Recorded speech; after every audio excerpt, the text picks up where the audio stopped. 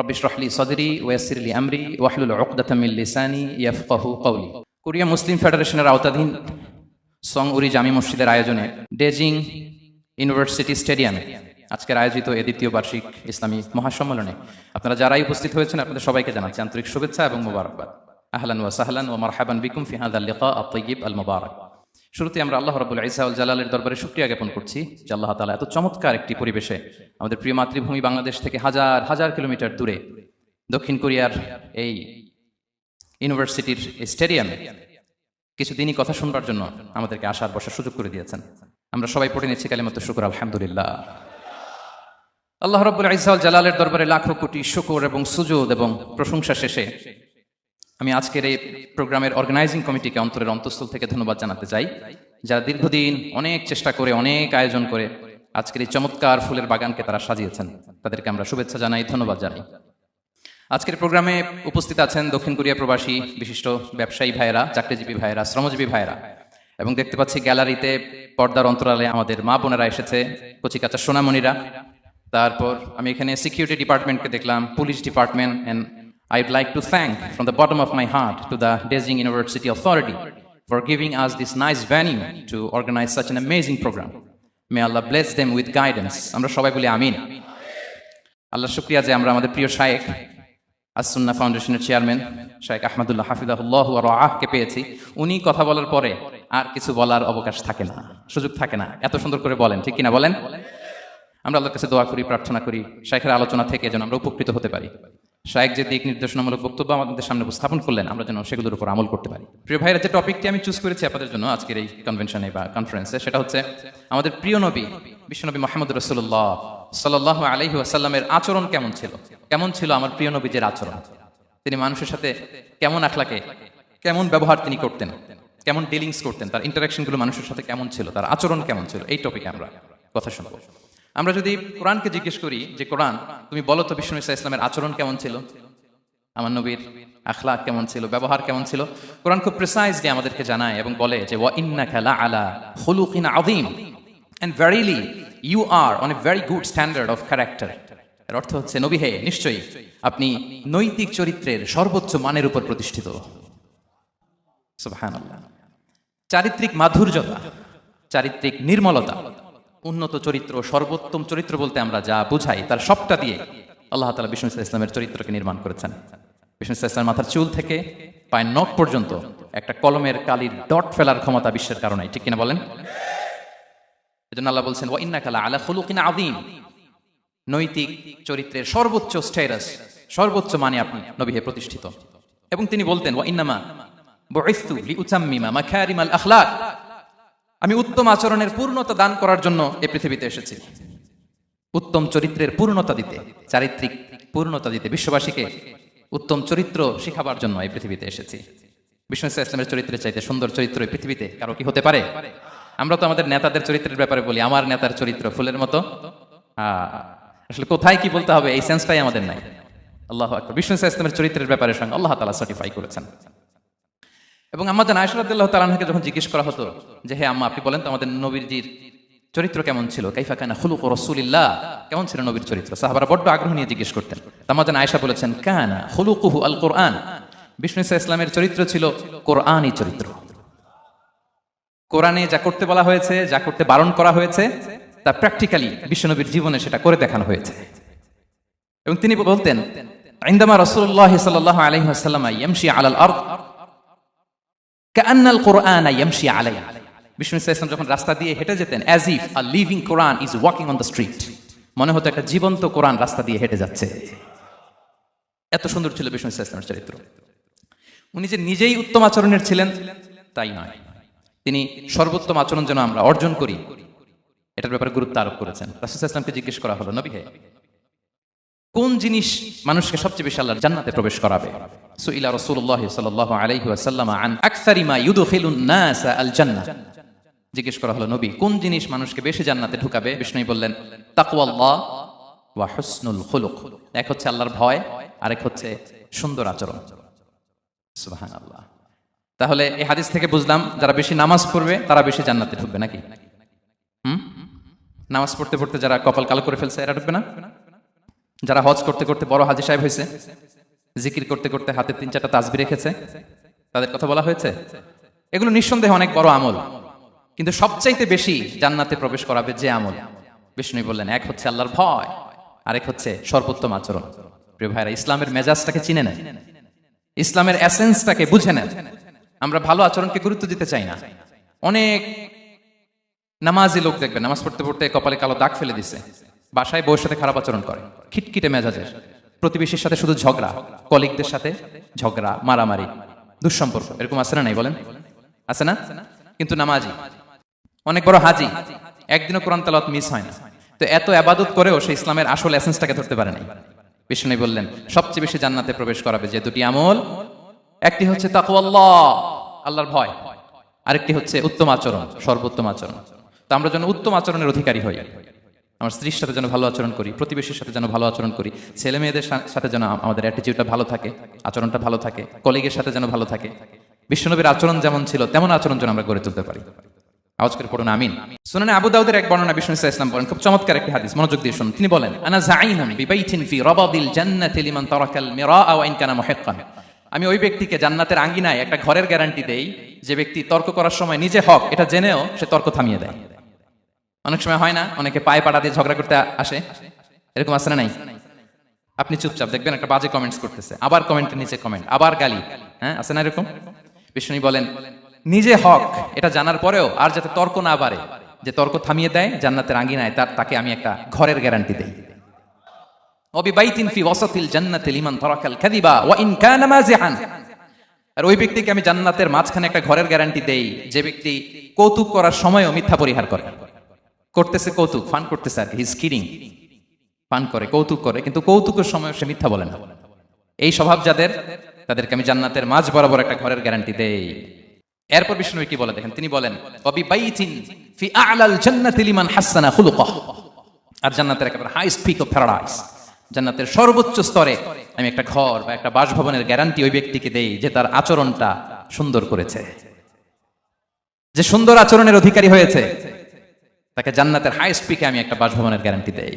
তাহলে বলেন তো আমাদের আচরণটা সুন্দর করার দরকার আছে না নাই? এটা খুব ছোটখাটো একটা আমল, তাই না? কথা বলেন দক্ষিণ কোরিয়া প্রবাসী ভাইরা, আওয়াজ করে বলেন, এটা কি ছোট আমল? দেখলে সালাম দিব, সুন্দরভাবে কথা বলবো, ভালো উইশ করব, হ্যাঁ, হিংসা জিঘাংসা অহংকার থেকে মুক্ত থাকবো, খিটখিটে মেজাজের হব না, অলওয়েজ স্মাইলিং ফেস থাকবে আমার, হৃদ্যতাপূর্ণ আচরণ। এই কাজটা কি ছোট আমল? আওয়াজ করে বলেন, এই আমলটা কি ছোট না বড়? প্রিয় ভাইরা, বিষ্ণু ইসলাম সবার সাথে এরকম মাধুর্যতাপূর্ণ আচরণ করতেন, ছোট থেকে বড়, নারী থেকে পুরুষ, বন্ধু থেকে শত্রু, সবার সাথে সুন্দর আচরণ করতেন। এবং তার এই চমৎকার আচরণে মুগ্ধ হয়ে তার অনেক শত্রু মুহূর্তে তার বন্ধুতে পরিণত হয়েছে। তাহলে আসুন আমরা দেখি আমাদের প্রিয় নবীজির আচরণ কেমন ছিল। শুরুতেই আমরা দেখি যে শিশুদের সাথে বিষ্ণু ইসলাম কেমন আচরণ করতেন, সেটা আমরা শুনবো। আমরা যদি থ্রু দ্য লেন্স অফ সিরা অথবা through the lens of Sunnah, সুন্নাহর lens দিয়ে, আমরা তো এক একজন এক এক লেন্স লাগাই, তো দেখবেন যে সুন্দর একটা গ্লাস পড়লে যেটা যেই কালার ওইটা দেখা যায়, কিন্তু নীল গ্লাস পড়লে গোটা দুনিয়াটা, লাল গ্লাস লাগালে দুনিয়াটা। এই জন্য কোরআনের লেন্স দিয়ে আমরা বিশ্ব দেখি। কোন লেন্স দিয়ে বিশ্ব দেখবো? We see the world through the lens of Quran. আজকের আলোচনাটা আমরা করবো থ্রু দ্য লেন্স অফ সিরা, সিরাতের আলোকে, সুন্নাহর আলোকে দেখি বিষ্ণু ইসলাম শিশুদের সাথে তিনি কেমন আচরণ করতেন। বিষ্ণু ইসলামের কাছে যখন কোনো শিশু নিয়ে আসা হতো, তিনি তাহনিক করতেন। হাদিসে এসেছে, সিরায় এসেছে। তাহনিক কি? খেজুর চিবিয়ে খেজুরের মিষ্টি রস লালাসহ বাচ্চার মুখে লাগিয়ে দিতেন। আলেমদের কাছে, অনেক আলেমদের কাছে আসে, আমার কাছে অনেকে এসেছে বাচ্চাদেরকে নিয়ে, তো আমরা এই সুন্নাহর উপর আমল হিসেবে খেজুর চিবিয়ে এর রসটা মুখে ঢুকিয়ে দিয়েছি। বারাকা, বিষ্ণু ইসলামের বারাকা নেওয়ার জন্য আসতো ছোট্ট বাচ্চাদেরকে নিয়ে। মদিনায় যখন সাহাবারা হিজরত করলেন মক্কা থেকে, মুসলিমদের ঘরে সন্তান সন্ততি নাই, বাচ্চা কাচ্চা হয় না। ইহুদিরা টিটকারি করে, এই তো মুসলমানদের সন্তান নাই। সর্বপ্রথম যেই সন্তান হয়েছে তিনি হচ্ছেন আয়েশা রাদিয়াল্লাহু তাআলা আনহার বড় বোন আসমা বিনতে আবু বকরের ঘর উজাড় করে এক সন্তান এসেছে, পুত্র সন্তান, নাম হচ্ছে আব্দুল্লাহ। কি নাম? আব্দুল্লাহ ইবনে জুবাইর। তো আসমা আব্দুল্লাহকে কোলে নিয়ে বিষ্ণুনবীর কাছে আসলেন। বিষ্ণুনবী খেজুর চিবিয়ে ওনার লালা মিশ্রিত রস খেজুর সহ মুখে লাগিয়ে দিলেন। তো আসমা সবসময় গর্ব করে বলতেন যে আমার সন্তানের পাকস্থলীতে সর্বপ্রথম যেটা ঢুকেছে এটা হচ্ছে বিষ্ণুনবীর লালা মিশ্রিত খেজুরের রস। আল্লাহু আকবার।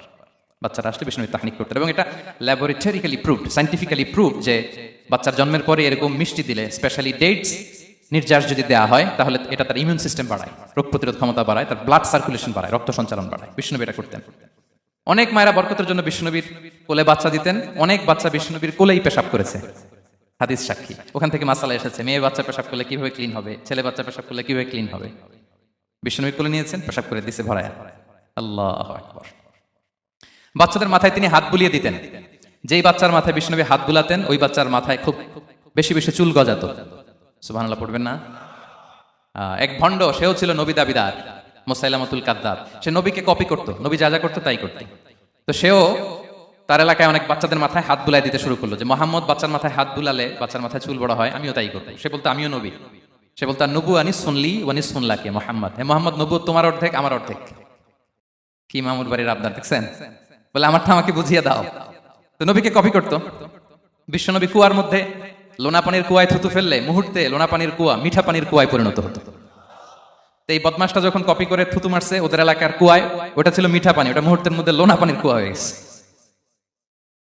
তো বিশ্বনবীকে কপি করে সে তার এলাকার নবজাতক বাচ্চাদের মাথায় যখন হাত বুলিয়ে দিতে শুরু করলো, পরবর্তীতে দেখা গেল ওই বাচ্চাগুলো আজীবন ছিল টাক মাথা। চুল বাড়বে তো দূরের কথা, এদের মাথায় চুলই ওঠে নাই। আল্লাহু আকবার, মুজিজাতুন নবী। বিষ্ণুনবী মাথায় হাত বুলিয়ে দিতেন, বাচ্চাদেরকে চুমু খেতেন।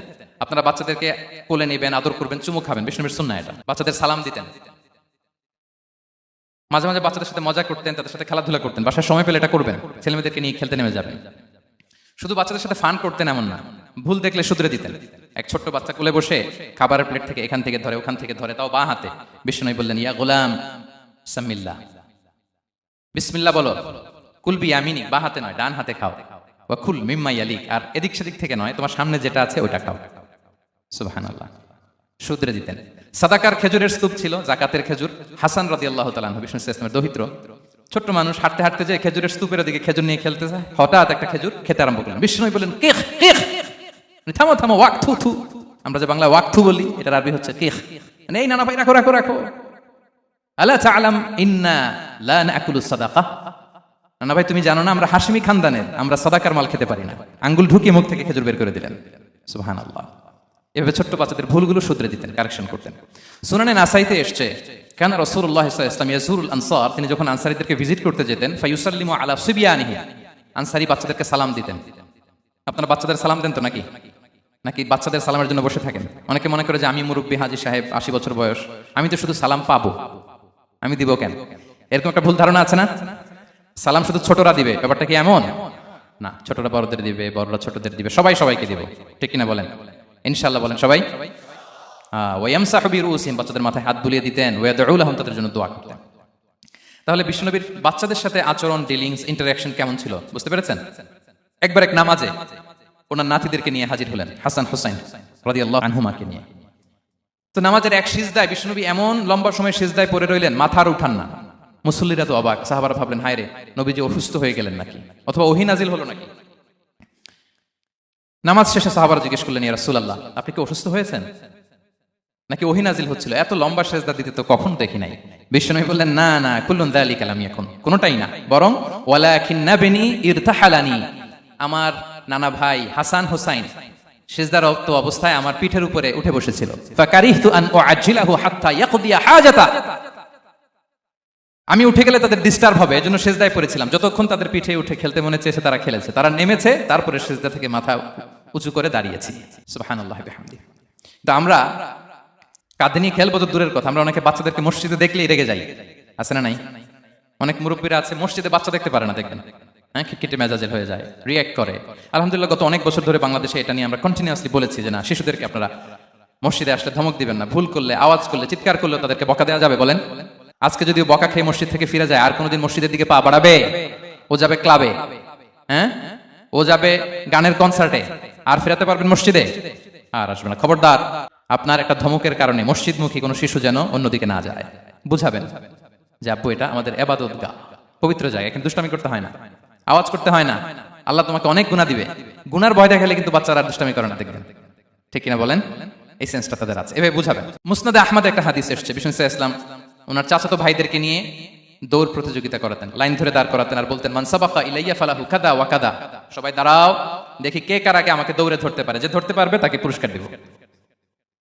আল্লাহু আকবার। এবং বিশ্বনবীর এই কথা শুনে সবাই দৌড়ে যে বিশ্বনবীর ঘাড়ের উপর উঠতো, বুকের উপর উঠতো, ঝাঁপিয়ে পড়তো, বিশ্বনবী সবাইকে ধরে আগলে নিতেন, প্রত্যেকের গালে চুমু খেতেন। পড়েন সুবহানাল্লাহ। এই ছিল শিশুদের প্রতি বিষ্ণু ইসলামের আচরণ। তো আমরা এরকম আচরণ করি কিনা? আমাদের আচরণটা আমাদের বাচ্চা, আমাদের আত্মীয় স্বজনের ছোট ছেলে মেয়ে, আমরা কোথাও শিশুদেরকে যদি দেখি, আমরা তাদের সাথে কিভাবে আচরণ করি একটু মিলিয়ে নিন। কার আচরণ কেমন, এরকম করেন কিনা আমি আর জিজ্ঞেস করতে চাইলাম না, জাস্ট আস্ক ইউরসেলফ, নিজেকে জিজ্ঞেস করুন যে আমরা আমাদের বাচ্চাদের সাথে এরকম আচরণ করি কিনা। তাহলে প্রথম পয়েন্টটা ক্লিয়ার। আচ্ছা, শিশুদের পার্ট শেষ, এবার দেখি বয়স্কদের সাথে, অ্যাডাল্টদের সাথে বিষ্ণু ইসলামের আচরণ কেমন ছিল, বড়দের সাথে কেমন আচরণ করতেন আমরা আসুন দেখি। সাহাবারা তো সবচাইতে বেশি বিষ্ণুনবীর সঙ্গ পেয়েছেন, তাই না? তাদের সাথে কেমন আচরণ ছিল?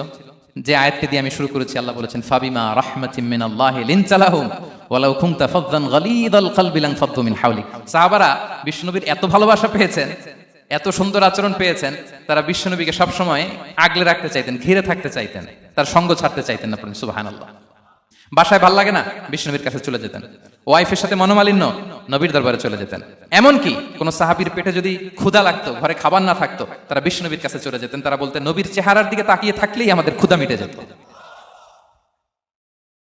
আগলে রাখতেন সবসময় বিষ্ণু ইসলামকে। আর সবসময় বিষ্ণু ইসলাম একটা স্মাইলিং ফেস নিয়ে তাদের সাথে কথা বলতেন, মুচকি হাসবেন। বিষ্ণু বলেন তাবাসসুমুকা ফি ওয়াজহি আখিকা সাদাকা, you smile to your brother, it's a charity. তোমার ভাইয়ের দিকে তাকিয়ে তুমি যে মুচকি হাসো, এটা সাদাকা দেওয়ার সওয়াব কামিয়ে ফেলো তুমি। এবং সাহাবারা বলতেন মা রাআইতু আহাদান আকসারা তাবাসসুমান মিন রাসূলিল্লাহ সাল্লাল্লাহু আলাইহি ওয়াসাল্লাম, বিশ্বনবীর চাইতে বেশি কাউকে আমরা কোনোদিন মুচকি হাসি দিতে দেখিনি। মুচকি হাসেন তো আপনারা? মুচকি হাসবেন, হাসলে যদি সাদাকার সওয়াব হয় তো আমরা মুখ গোমরা করে রাখবো কেন? দেখবেন যিনি মুচকি হাসে তাকে সবাই পছন্দ করে, আর যিনি গোমরা মুখ থাকে তার দেখতে ভালো লাগে। আমার ভালো লাগে না, আপনাদের লাগে? হাসি কিন্তু সংক্রামক, ইতিবাচক ভাবে সংক্রামক। আপনি হাসলে দেখবেন হেসে হেসে কথা বলে, যার সাথে বলতেছেন তারও একটা হাসি। আপনি গোমরামুখ থাকলে ওই ব্যক্তিও গোমরামুখ, ঠিক কিনা বলেন? এবং মুচকি হাসলে স্বাস্থ্য ভালো থাকে, মানসিক স্বাস্থ্যের সাথে এটা সম্পর্ক আছে। দেখেন বিষ্ণু ইসলাম কেমন কনসিডারেট ছিলেন। বিশ্বনবী যদি কারোর সাথে মুসাফা করতেন, ভাই হাত মিলান তো, এই যে ওই লোক হাত সরানোর আগে বিশ্বনবী হাত সরাতেন না।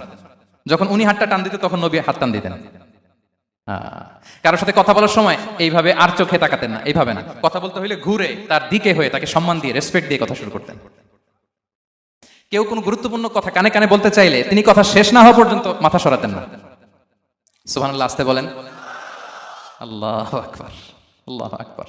একটু মিলিয়ে নেই, আসলে কি আমরা পারি এত চমৎকার আচরণ উপহার দিতে? কতটা কনসিডারেট ছিলেন দেখেন। এক বেদুইন, অক্ষর জ্ঞানহীন মানুষ, সভ্যতার ছোঁয়া তার মধ্যে লাগেনি। সে মসজিদে নববীতে ঢুকে একবার মসজিদে নববীর মাঝখানে পেশাব করা শুরু করলেন। কি করা শুরু করলেন? কোথায়? টয়লেটে? কোথায়? ইসলামের সবচাইতে দ্বিতীয় সবচাইতে পবিত্র জায়গা বিশ্বনবীর মসজিদের মাঝখানে। সাহাবারা তাকে মারতে উদ্ধত হলেন। বিষ্ণু বললেন দাও, থামো থামো, এই থামো থামো।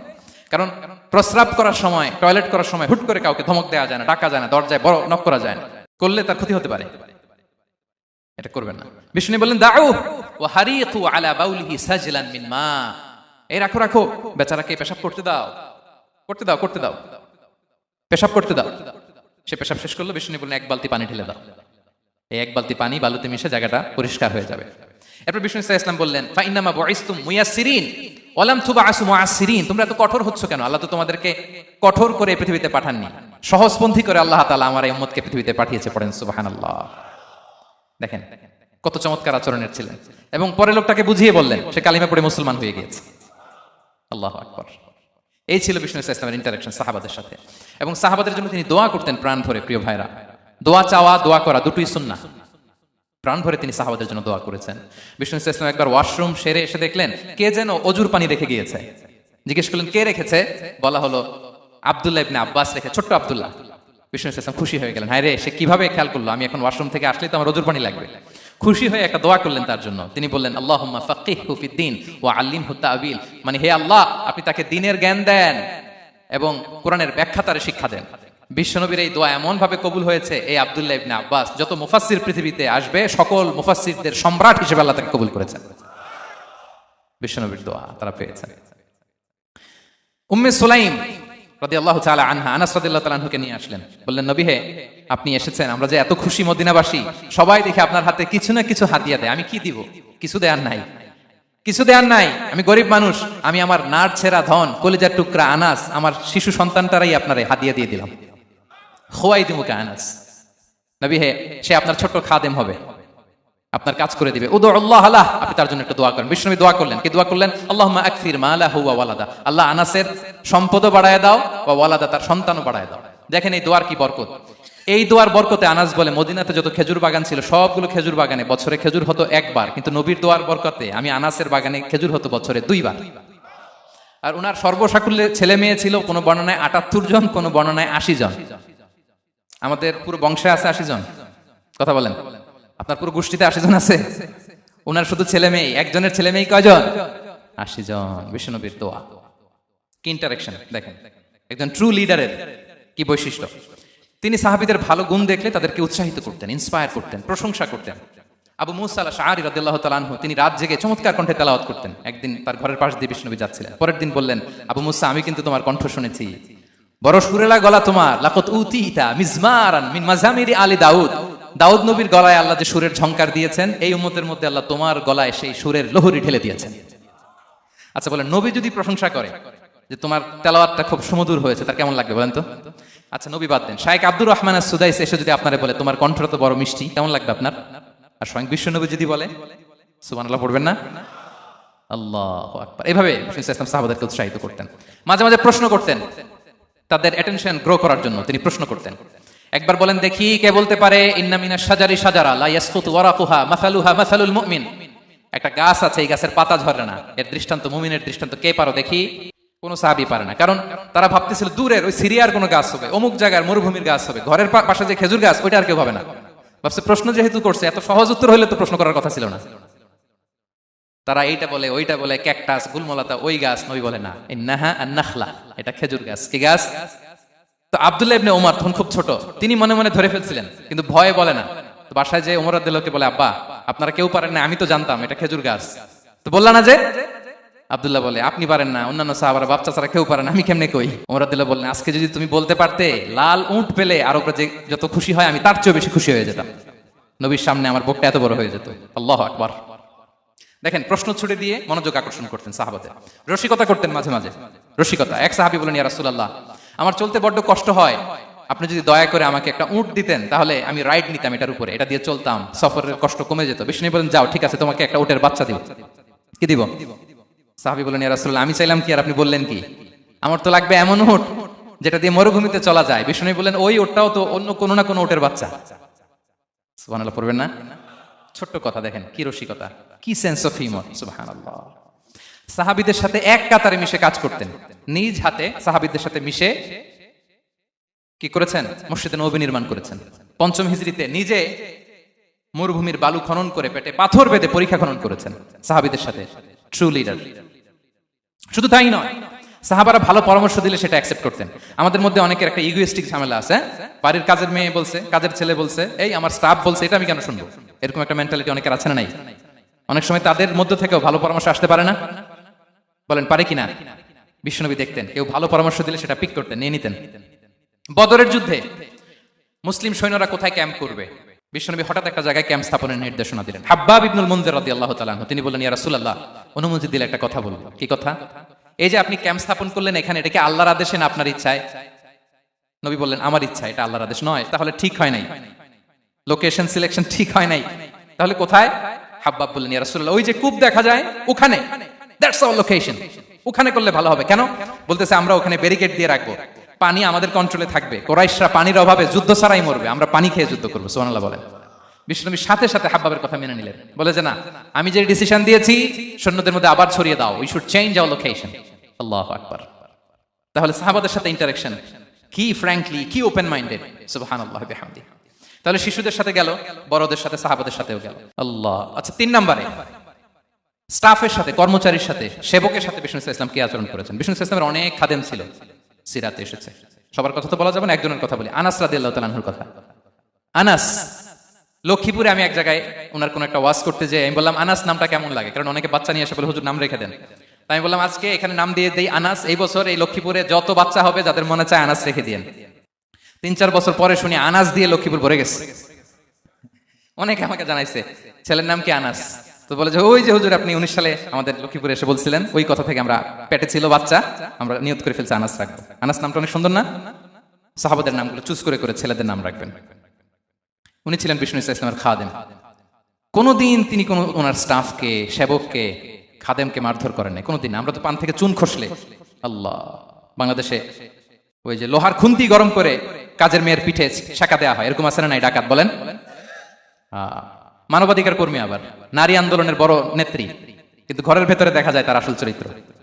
কারো আসল চরিত্র যদি জানতে চান, কয়েকটা জায়গায় নক করলে জানা যায়। এক হচ্ছে তার বউ, তার ব্যাপারে কি বলে, তার স্ত্রী।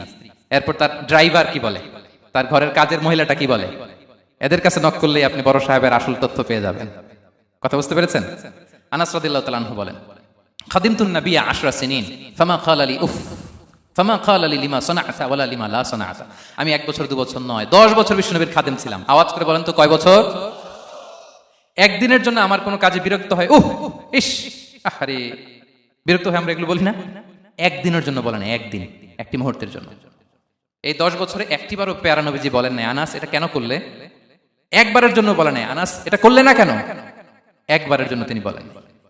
আনাস রাদিয়াল্লাহু তাআলা আনহু বলেন, একদিন একটা কাজে সম্ভবত জুব্বা আনতে আমাকে বিষ্ণু পাঠিয়েছিলেন। আমি ছোট মানুষ, জুব্বা আনতে যে ভুলে আমি মদিনার বাচ্চাদের খেলা দেখতে আরম্ভ করলাম। বাচ্চারা রাস্তায় খেলাধুলা করে না?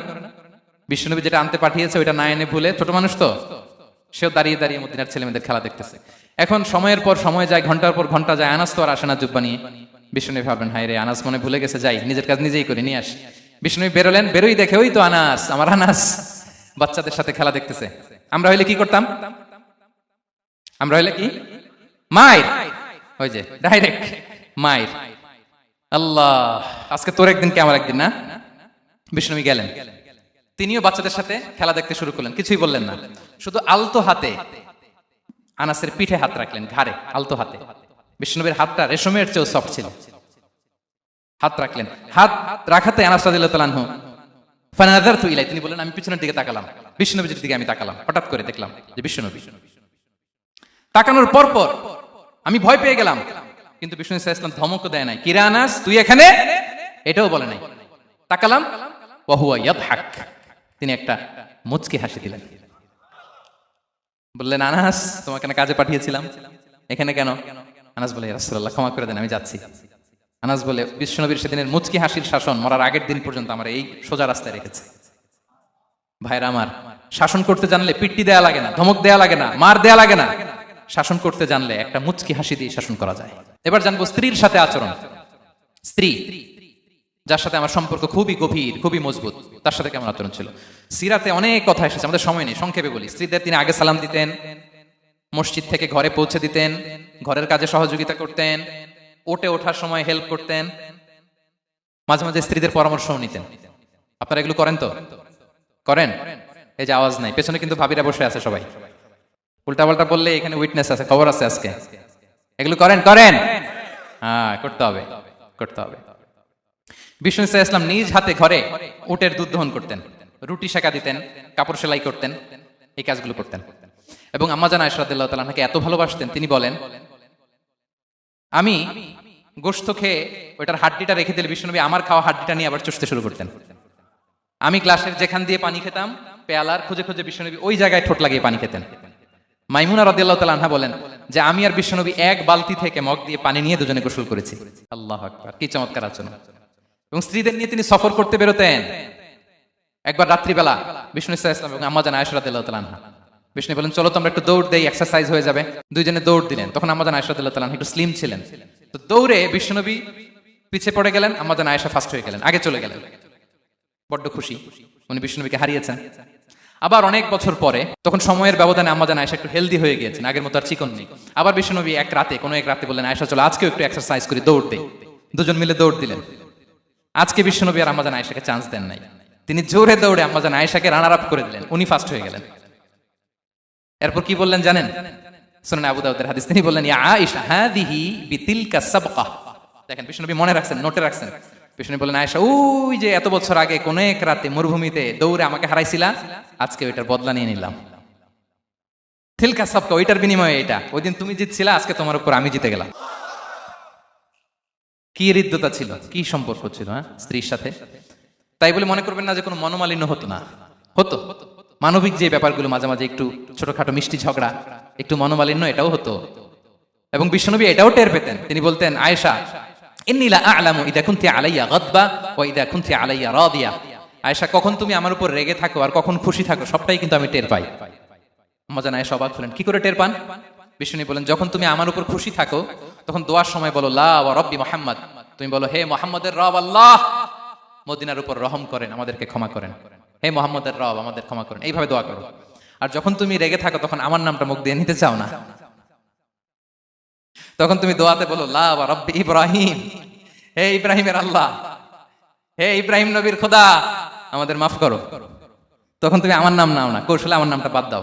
আমাদের আয়েশা বলেন, ইয়া রাসূলুল্লাহ মা আহজুর ইল্লা ইসমাক, নবী হে আমি তো আপনার নামটাই শুধু মুখ থেকে বাদ দেই, আমার হৃদয় থেকে তো কখনো আপনারে বাদ দিতে পারি না। এটা ঠিক, তখন রেগে থাকি আপনার নামটা মুখে নেই না, কিন্তু হৃদয় থেকে তো আপনাকে সরাতে পারি না। সুবহানাল্লাহ। এই ছিল বিষ্ণুর সাথে স্ত্রীদের সম্পর্ক। প্রিয় ভাইরা, আমরা যদি একটু দেখি প্রতিবেশীর সাথে কেমন আচরণ করতেন নেইবার। বিষ্ণু বলতেন, মান কানা ইউমিনু বিল্লাহি ওয়াল ইয়াউমিল আখির ফালইউকরিম দাইফা, যে আল্লাহ বিশ্বাস করে আখিরাতে বিশ্বাস করে সে যেন প্রতিবেশীকে সম্মান করে। এবং একবার আবু যার আল গিফারি রাদিয়াল্লাহু তাআলা আনহুকে বিষ্ণু ইসলাম বললেন, আবু যার ইদা তাবাখতা মারাকান ফাআকসির মাআ, হে আবু যার তুমি যদি কখনো ঝোল তরকারি রান্না করো, ঝোলের তরকারি খাইছেন? আপনাদের সাউথ কোরিয়াতে তো বিখ্যাত একটা ঝোলের তরকারি আছে, কি নাম যেন, মাছের মেয়ংথাং। আমরা একটা শব্দ শিখছিলাম, কি যেন বলে, খামসা হামনিদা। কয়েকটা শব্দ শিখাই দিছে ভাইরা আমাকে। তো এই যে নামটা বললাম, ঝোলের মধ্যে ট্যাংরা মাছ, শিং মাছ ঝোল দেয়া একটা তরকারি। তো আবু যার গিফারিকে বিষ্ণু ইসলাম বলেন, ইদা তাবাখতা মারাকান ফাআকসির মাআ, হে আবু যার কখনো যদি ঝোলের তরকারি রান্না করো একটু বেশি করে পানি দিও, যাতে করে তোমাদের পাশাপাশি তোমার প্রতিবেশীর সাথে একটু ঝোল শেয়ার করতে পারো। প্রতিবেশীকে এত গুরুত্ব দিতেন। তিনি বলতেন, লাইসাল মুমিন আল্লাযী ইয়াশবা ওয়া জারুহু জাইউন ইলা জামবে, সে মুমিন নয় যে পেট পুরে খায় আর তার প্রতিবেশী না খেয়ে রাত যাপন করে, সে মুমিন নয়। দেখেন প্রতিবেশীকে কত গুরুত্ব তিনি দিয়েছেন। বিশ্বনবীর এক ইহুদি প্রতিবেশী ছিল। কোন ধর্মের? সবাই বলেননি, একসাথে আওয়াজ করে বলেন, কোন ধর্মের প্রতিবেশী? ওই ইহুদির এক ছেলে বিশ্বনবীর কিছু কাজ করে দিতেন। অনেকদিন হলো ছেলেটা আসে না, খোঁজ নিলেন, শুনলেন সে অসুস্থ। শুনলেন ইহুদি ছোট্ট ছেলেটা কি, বিশ্বনবী দেখতে গেলেন। মুসলিম শিশুকে দেখতে গেলেন নাকি? কোন ধর্মের শিশু? তার মানে আপনার প্রতিবেশী যদি হিন্দু হয়, বৌদ্ধ হয়, খ্রিস্টান হয়, দ্যাট ডাজন্ট ম্যাটার, আপনি তার বিপদে আপদে পাশে থাকবেন। এটাই ইসলামের শিক্ষা, ঠিক কিনা বলেন? এই যে আপনাদের এখানে বুদ্ধিস্ট নেইবার আছে, হিন্দু নেইবার আছে, খ্রিস্টান নেইবার আছে, তারা বিপদে পড়লে তো আপনার যাওয়ার দরকার নাই না? যাবেন, খোঁজ খবর নিবেন, ভিজিট করবেন, পাশে দাঁড়াবেন। আপনি যে তাদের খোঁজ খবর নিতেছেন, মুসলিম হয়েও আপনি এত চমৎকার আচরণের, এটা দেখেই অনেকে কালিমা পড়ে মুসলমান হয়ে যাবে। এটাই তো দ্য বিউটি অফ ইসলাম, ইসলামের সৌন্দর্য। বিশ্বনবী হিন্দু মুসলিম ইহুদি বাছান নাই, ছোট্ট ইহুদিটাকে দেখতে গেলেন, যে দেখে হায়রে কাতর হয়ে সে বিছানায় মৃত্যু সজ্জায় শুয়ে আছে। বাচ্চাটার মাথায় হাত বুলিয়ে দিলেন, হাত বুলিয়ে বাচ্চাটাকে, ইহুদি বাচ্চাটাকে বললেন, আসলিম, হে শিশু তুমি ইসলাম ধর্ম গ্রহণ করো। এখন ছোট্ট মানুষ, তার বাবা আবার পাশে দাঁড়িয়ে আছে, আব্বা কি বলে না বলে, সে নাযারা ইলা ওয়াজহি আবি, বাবার দিকে তাকালেন। তা বাবা বলে, আতিয়া আবুল কাসিম, মানে বিষ্ণু ইসলামের কুনিয়াত, বড় ছেলে ছিল কাসিম, তাকে বলা হতো আবুল কাসিম। ইহুদি বাবা বলল, মুহাম্মদ যা বলে তাই করো। সাথে সাথে সে বলল, আশহাদু আল্লা ইলাহা ইল্লাল্লাহ ওয়া আশহাদু আন্না মুহাম্মাদুর রাসূলুল্লাহ। বিশ্বনবী বেরোয়ার সময় বললেন, আলহামদুলিল্লাহিল্লাযী আনকাযাহু মিনান নার, প্রশংসা সে আল্লাহ যে একটু আগে জাহান্নামী হওয়ার কথা ছিল, মুহূর্তে কালিমার মধ্য দিয়ে তাকে জান্নাতি বানিয়ে দিলেন। দেখেন প্রতিবেশীর সাথে কি আচরণ। ইহুদি প্রতিবেশীর পাশে দাঁড়িয়েছেন, অসুস্থ, ভিজিট করেছেন। আমরা যেন আমাদের প্রতিবেশীর খোঁজ রাখি। অভুক্ত প্রতিবেশী রেখে আপনি পেট পুরে খেয়ে তাহাজ্জুদ করলে ওই তাহাজ্জুদ আল্লাহর দরবারে যাবে না। খবরদার, খবরদার, আমরা যেন প্রতিবেশীর সাথে সুসম্পর্ক রাখি। এবার যুদ্ধবন্দীদের সাথে বিষ্ণু ইসলাম কেমন আচরণ করেছেন। যুদ্ধবন্দী, পিওডব্লিউ, প্রিজনার অফ ওয়ার, যুদ্ধবন্দী পর্যন্ত যুদ্ধ হয়েছে, প্রতিপক্ষ হেরেছে, আমরা জিতেছি, তাদেরকে বন্দী হিসেবে আমরা পেয়েছি, তাদের সাথে ইসলাম কি আচরণ করতে বলে। আমরা তো অনেক যুদ্ধবন্দীদের ইতিহাস জানি পৃথিবীতে। আবু গারিব কারাগারের কথা শুনেছি আমরা ইরাকে, ঠিক কিনা? হ্যাঁ, পশ্চিমারা কি নির্যাতন করেছে। আমরা কিউবার গুয়ান্তানামো বের কথা শুনেছি, কি অমানবিক নির্যাতন তারা করেছে, কি টর্চার সেল তারা ওখানে করেছিল। সম্প্রতি আমরা আমাদের বাংলাদেশে আয়নাঘরের কথাও শুনেছি। তো আয়নাঘরে যাদেরকে টর্চার করা হয়েছে এরা যুদ্ধবন্দী? এরা তো কারাবন্দী, তাও অন্যায় ভাবে। এনফোর্স ডিসঅ্যাপিয়ারেন্স ছিল, অন্যায় ভাবে তাদেরকে গুম করা হয়েছে, অন্যায় ভাবে বছরের পর বছর যাদেরকে এভাবে কষ্ট দেয়া হয়েছে, ফ্যামিলি থেকে দূরে রাখা হয়েছে। কিয়ামতের দিন তাদেরকে আল্লাহ জালেমের কাতারে দাঁড় করাবে। ইসলাম কারাবন্দিত দূরের কথা, যুদ্ধবন্দীদের সাথে ভালো আচরণের কথা বলেছে। আল্লাহ বলেন ওয়ায়ুতঈমুনা আত-তাআমা আলা হুব্বিহি মিসকিনাও ওয়া ইয়াতীমান ওয়া আসীরা। বিশ্বাসীরা গরিব দুঃখীদের যেমনি খাবার খাওয়ায়, যুদ্ধবন্দীদেরও খাবার খাওয়ায়, যুদ্ধবন্দীদেরও খাবার খাওয়ায়। এবং বিষ্ণু বলেছেন ইস্তাউসু বিল উসারা খায়রা, যুদ্ধবন্দীদের সাথে তোমরা ভালো আচরণ করো। বদরের যুদ্ধে 70 জন বন্দী হয়ে আসলো। বিষ্ণুনবী 70 জনকে সাহাবাদের মধ্যে ভাগ করে দিলেন, বললেন তোমরা খারাপটা খাবে, বন্দীদেরকে ভালোটা খাওয়াবে। কি নমুনা স্থাপন করেছে ইসলাম। সুমামা ইবনে উসাল রাদিয়াল্লাহু তাআলা আনহু নামে এক যুদ্ধবন্দীর ছোট্ট ঘটনা বলে আমি পয়েন্টটা শেষ করছি। ইয়ামামার বড় লিডার ছিলেন, যুদ্ধবন্দী হয়ে মদিনায় আসলেন, নাম সুমামা ইবনে উসাল রাদিয়াল্লাহু তাআলা আনহু। তখন মুশরিক ছিলেন, যুদ্ধবন্দী হিসেবে আনা হলো। তাকে মসজিদে নববীর পিলারের সাথে রশি দিয়ে বাঁধা হলো। বিষ্ণু বললেন সুমামা, কি অবস্থা তোমার, কেমন লাগে, তোমার সাথে কেমন আচরণ করা হবে বলো। বললেন মুহাম্মদ, তুমি চাইলে মারতেও পারো, বাঁচিয়েও রাখতে পারো। বিষ্ণু বললেন সুমামা, এ দুনিয়াটাই শেষ নয়, আখিরাতে বিশাল এক জগৎ পড়ে আছে। তুমি যদি শাহাদা বাক্য পড়ো আমাদের ভাই হয়ে যাবা, তোমার সেফটি সিকিউরিটির দায়িত্ব আমাদের, আমরা তোমরা সবাই মিলে এক। তারপর একে একে বিশ্বনবী তার সাথে ইসলামের সৌন্দর্যগুলো তুলে ধরলেন, সালাত কি, যাকাত কি, এগুলো বুঝালেন। বাড়িতে যেয়ে বললেন সবচেয়ে ভালো খাবার রান্না করো, একজনকে দিয়ে মসজিদে পাঠালেন। যুদ্ধবন্দীর সাথে কি আচরণ দেখছেন। এরপরের দিন বিশ্বনবী আবার তাকে ইসলামের দাওয়াত দিলেন। এরপর বাড়িতে এসে একজনকে বললেন যাও আমার ওই উটের দুধ দহন করে তাকে এক পেয়ালা গরম দুধ দিয়ে আস।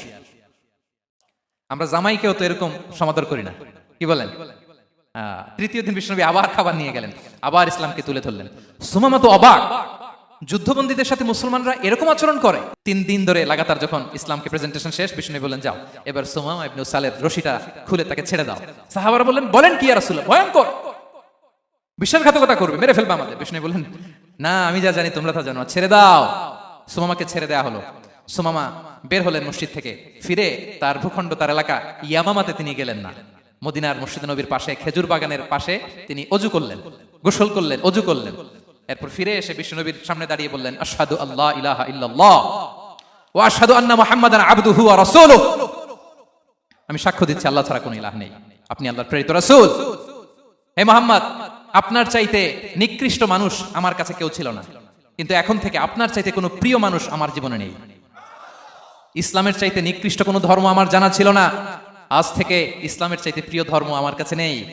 মদিনার চেয়ে নিকৃষ্ট কোনো শহর আমার কাছে ছিল না, সবচেয়ে অপছন্দের শহর, আজ থেকে মদিনার চেয়ে প্রিয় শহর আমার কাছে নেই। দিস ইজ ইসলাম।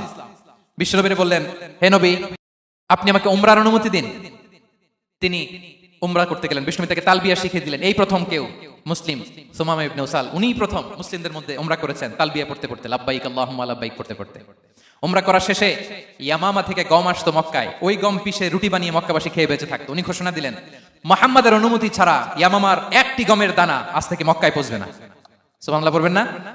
এই যে আমেরিকা যে ইকোনমিক স্যাংশন দেয়, এটা শিখছে উমামা ইবনে উসাল রাদিয়াল্লাহু তাআলা আনহুর কাছ থেকে। আল্লাহু আকবার।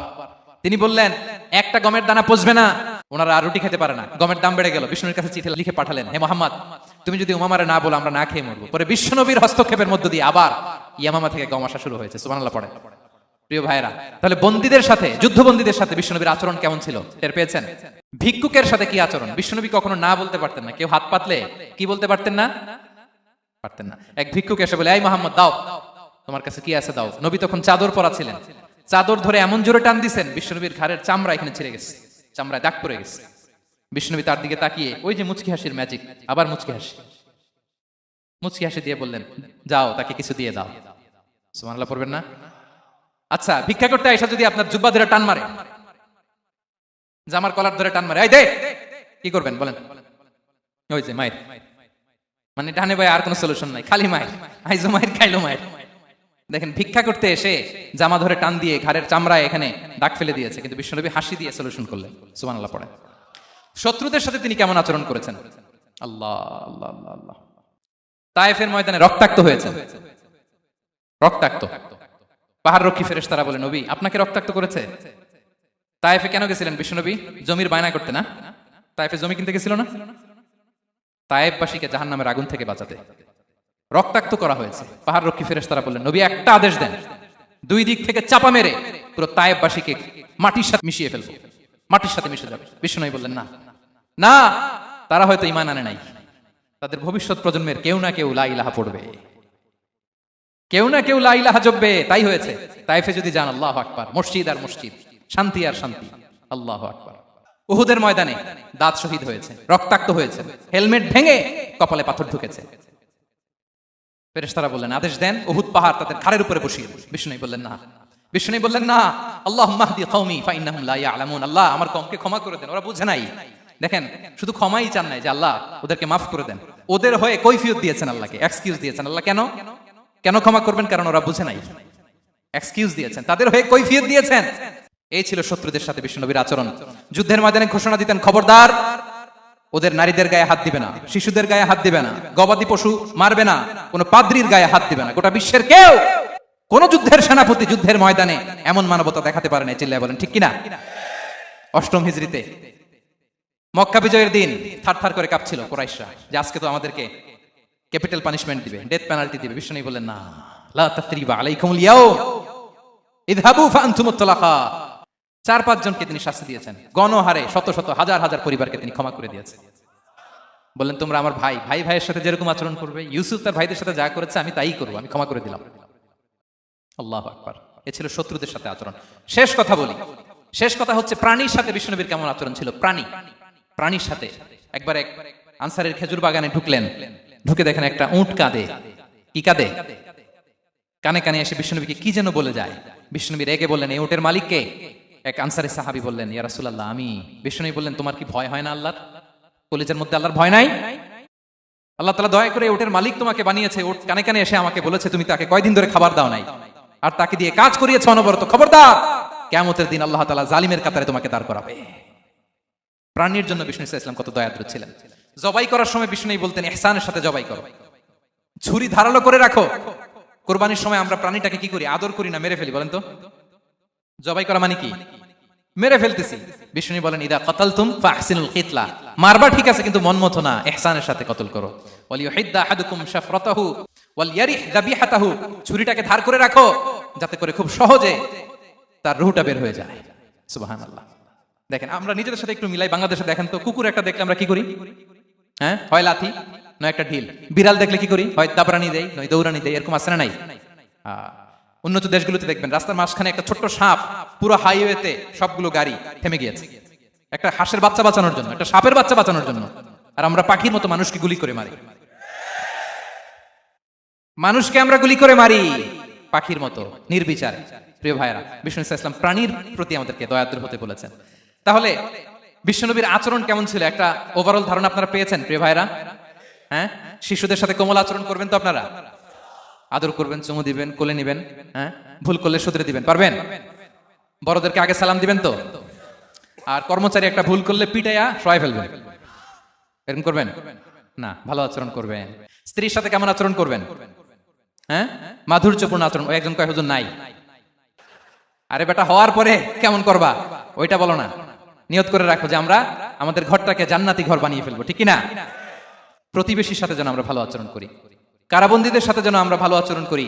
ভিক্ষুক হাত পেতেছে, স্যার 2 দিন ধরে কিছু খাই নাই, 5টা টাকা দেন। দাঁড়ায় না গ্লাসের সামনে, ওর হাতে থালা, একটা ভাঙ্গা থালা, আর আপনি স্যুট পরা স্যার না, আপনারে গাড়ির এদিক থেকে বের করে ওদিকে ভাঙ্গা থালা দিয়ে বসাইতে আর ওরে স্যুট পরে গাড়ির ভিতরে বসাইতে আল্লাহর কয় মিনিট লাগে বলেন তো?